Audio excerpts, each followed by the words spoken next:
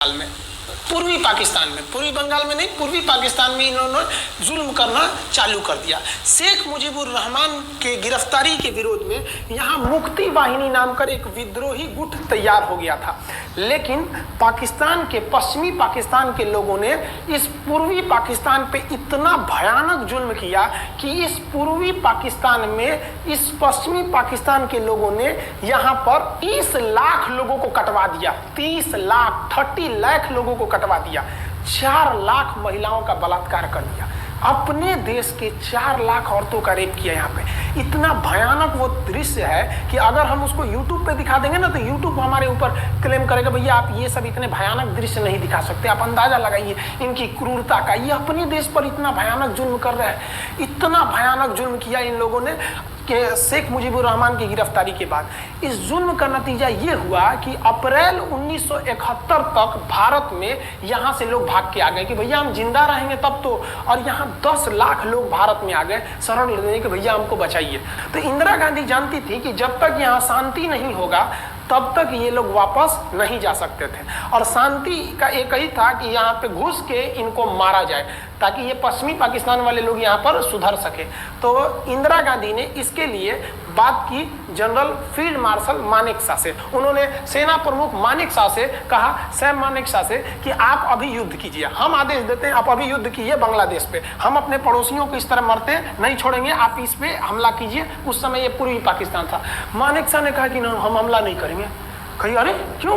कहा कि आप महीना देख रही हैं, अप्रैल का महीना है, अप्रैल के महीने का मतलब बरसात का दिन सर पे है, और बरसात के समय, और इसी में 1971 में हमारी जो थी भारत और रूस की एक समझौता पर हस्ताक्षर हो गया। अब हम लोगों ने पाकिस्तान को एक बारूद के ढेर पर बैठा दिया था। इंतजार था तो इस बात का कि उस बारूद में एक चिंगारी की और तब पाकिस्तान तबाह हो जाता। इत्तेफाक देखिए, उस बारूद के ढेर पर खुद चिंगारी जलाई पाकिस्तान ने। कैसे? तो समझिए कैसे। हम लोग का था कि इधर हम लोग ऑफेंसिव हो जाएंगे, मतलब इधर भयानक हमलावर हो जाएंगे, और इधर हम लोग डिफेंसिव रहेंगे, मतलब इधर कम हमला करेंगे, ताकि हम लोग का मेन मकसद पाकिस्तान से युद्ध नहीं था। हमारा मेन मकसद था हमारे अपने बांग्लादेशी भाइयों पर जो जुल्म हो रहा था, जो उनकी बहनों को रेप हो रहा था, इतना भयानक किया था वहां पर पाकिस्तानियों ने कि बाप के सामने बेटी का रेप करते थे, और उसके बाद बाप को मार के कहते थे तू भी रेप कर। इतना मतलब मानवता पूरी खत्म कर दिया गया वहां पर। तो भारत ने कहा कि इधर हम डिफेंसिव रहेंगे। पाकिस्तान को यह खबर लग गई कि भारत न इधर कमजोर है।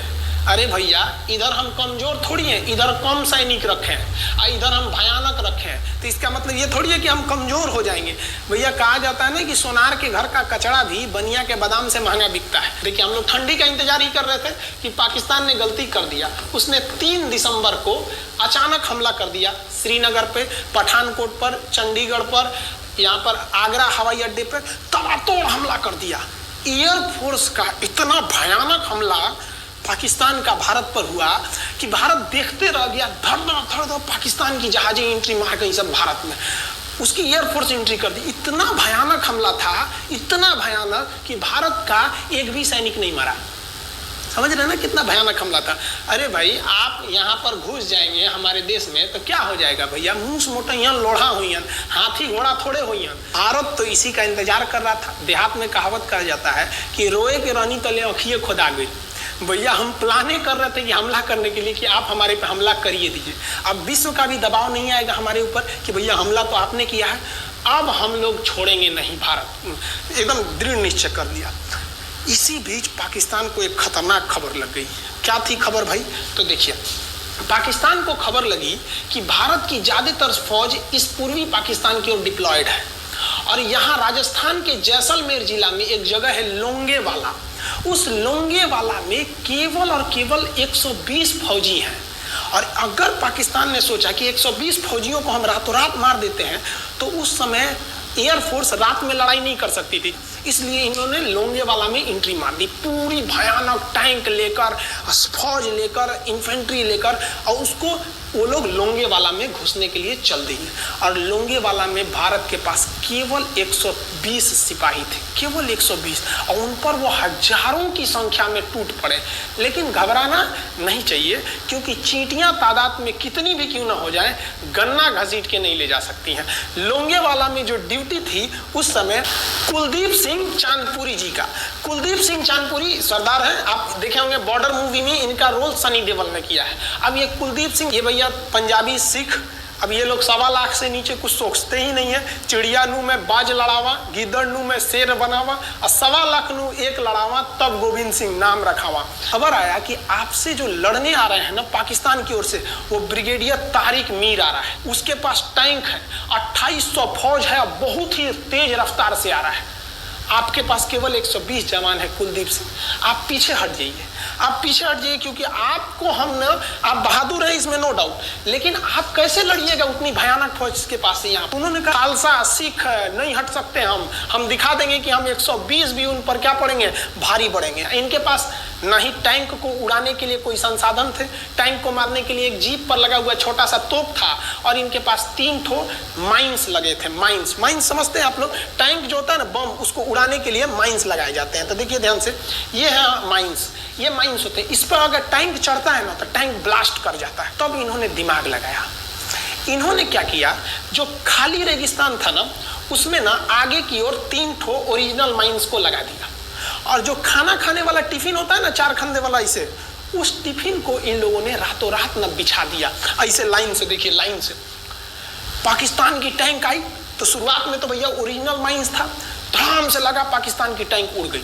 पाकिस्तान का एक टैंक उड़ा, फिर दूसरा उड़ा, तीसरा उड़ा, पाकिस्तानी एकदम डर गए सब। ब्रिगेडियर तारिक मीर कहे कि भैया यहाँ तो माइंस लगा के रखा है इन लोगों ने, एक काम करो इंजीनियरों को बुलाओ, पूरा माइंस निकालो। अब ब्रिगेडियर जो हमारे मेजर कुलदीप सिंह थे, ये जानते थे कि बाबू अगर हम तुमको रात भर रोक दिए ना तो सुबह हमारी एयरफोर्स आएगी, तुमको जिंदा नहीं छोड़ेगी। इसलिए इन्होंने पूरा टिफिन बिछाया था।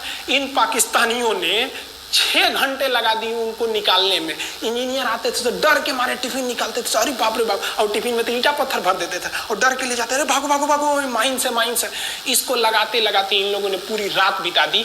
3 बज गया, 3 बजे इनको पूरा सन्नाटा दिखा कि भैया ये तो टिफिन है, ये रेगिस्तान में ये तो टिफिन है।